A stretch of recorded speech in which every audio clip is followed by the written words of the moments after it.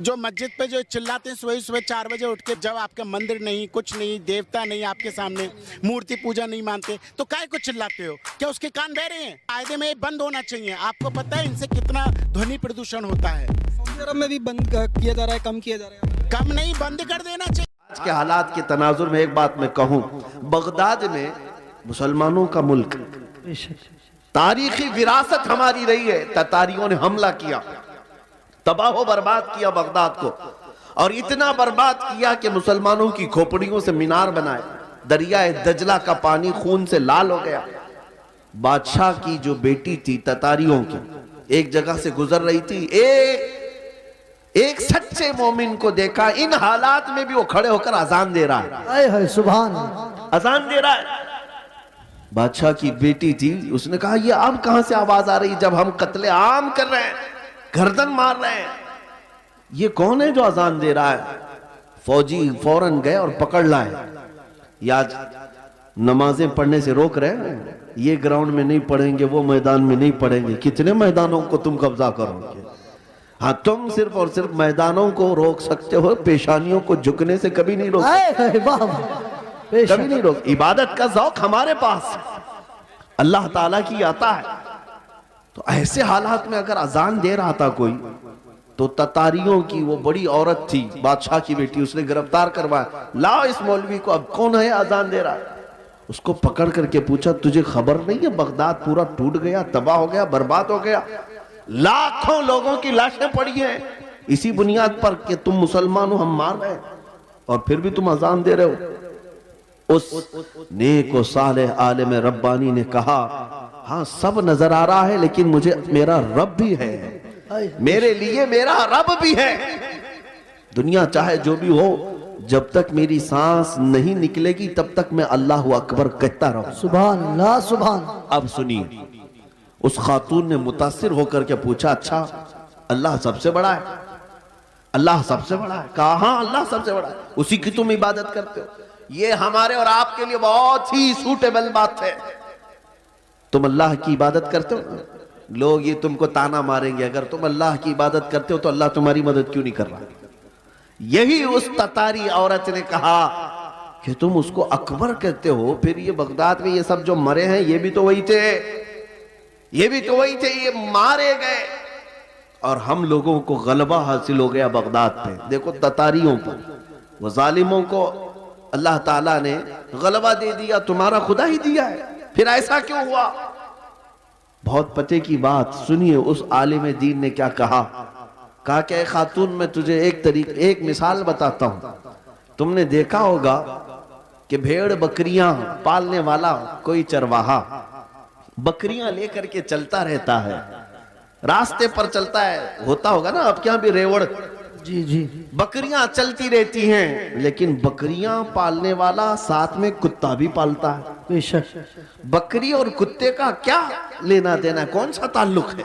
लेकिन ये चरवाहे से पूछे, वो बताएगा कि बकरियां चलते चलते कभी इधर उधर चली जाएं तो ये कुत्ता भौंक भौंक कर उन्हें लाता है और फिर रेवड़ में जमा करता है। बेशक। चरवाहा यही बताता है कि इसलिए सारे बकरियों को वो फिर से एक रेवड़ में जमा करे, इसलिए वो पालता है।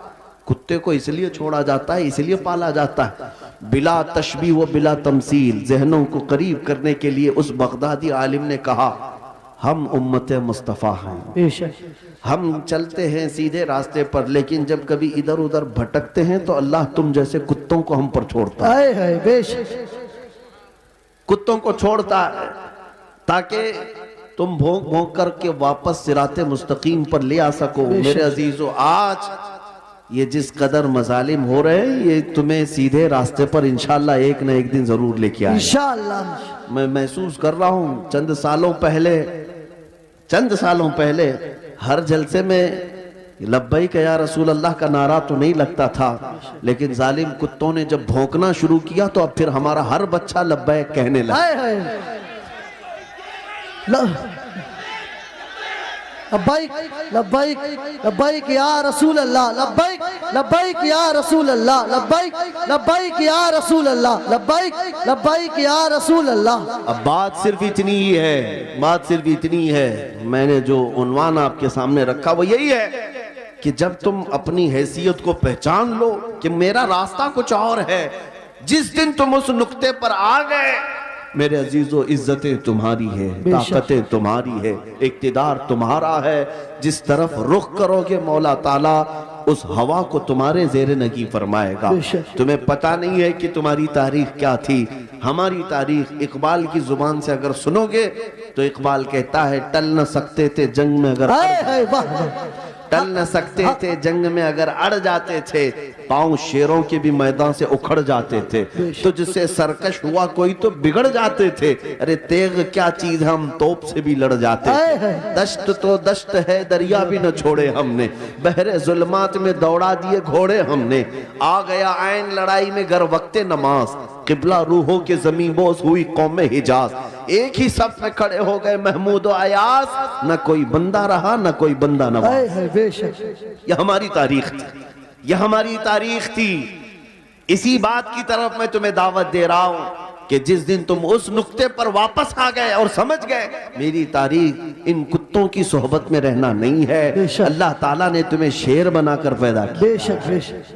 हाँ, अल्लाह तबारक व तआला ने तुम्हारे मुतालिक कुरान में फरमाया, कुंतुम खैरा उम्मतिन उखरिजत लिन्नास, तुम खैर उम्मत हो जो लोगों में अल्लाह तबारक व तआला ने तुम्हें बनाया है। लिहाजा ऐसे वैसे की तरफ तुम्हें देखने की जरूरत नहीं। मुझे अफसोस इस बात का होता है जब हमारा नौजवान ये कहता है, नई फिल्म आई है उसमें फला एक्टर है, फला हीरो है, बाल उसकी तरह, कपड़े उसकी तरह, पैंट फाड़ लिया, सिर्फ एक नचनिया को देख करके, एक मुजरा करने वाले को देख करके अपना आपा खो गया, अपने आप को बदल लिया। और हमारे घर की खवातीन सुबह से शाम तक सीरियल के सामने, टेलीविजन के सामने और ख्वाब वहीं सजा रही हैं कि शायद हमारा भी घर ऐसा ही हो, हमारा लिबास भी ऐसा ही हो। मेरे अजीजों, दुनिया क्या करती है इसकी तुम्हें फिक्र नहीं होनी चाहिए। औरतें अगर किसी को देखती तो वो सैयदा कायनात फातिमा तो जहरा को देखती, कम से कम ये सीरत का मुताला करती कि उनका दुपट्टा कैसा था, उनका लिबास कैसा था, उनके रहन सहन कैसे थे। इसको छोड़कर इन्होंने आज मजाजी इश्क के और मजाजी ये स्क्रीन के ऊपर अपने दिल दे बैठे। और इसी तरह मर्दों की हालत भी यही है, नौजवानों की। ऐ नौजवानों, तुम्हारे हाथ में बंगड़ियां तक इन्होंने पहना दी, कानों में बालियां तक पहना दी, बालों में चोटियां तक ला दी, क्या क्या कर दिया। यहाँ हमारे अच्छे भले मर्द को औरत बना दिया जी, औरत भी नहीं मुखन्नस बना दिया।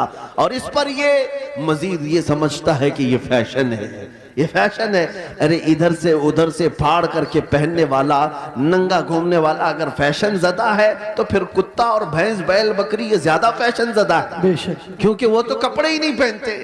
अगर नंगा होना ही फैशन है तो जानवर सबसे बड़े फैशनेबल है मेरे अजीजों। जंगली दुनिया को न देखो, जो जंगल राज बनाना चाहती है उनको ना देखो।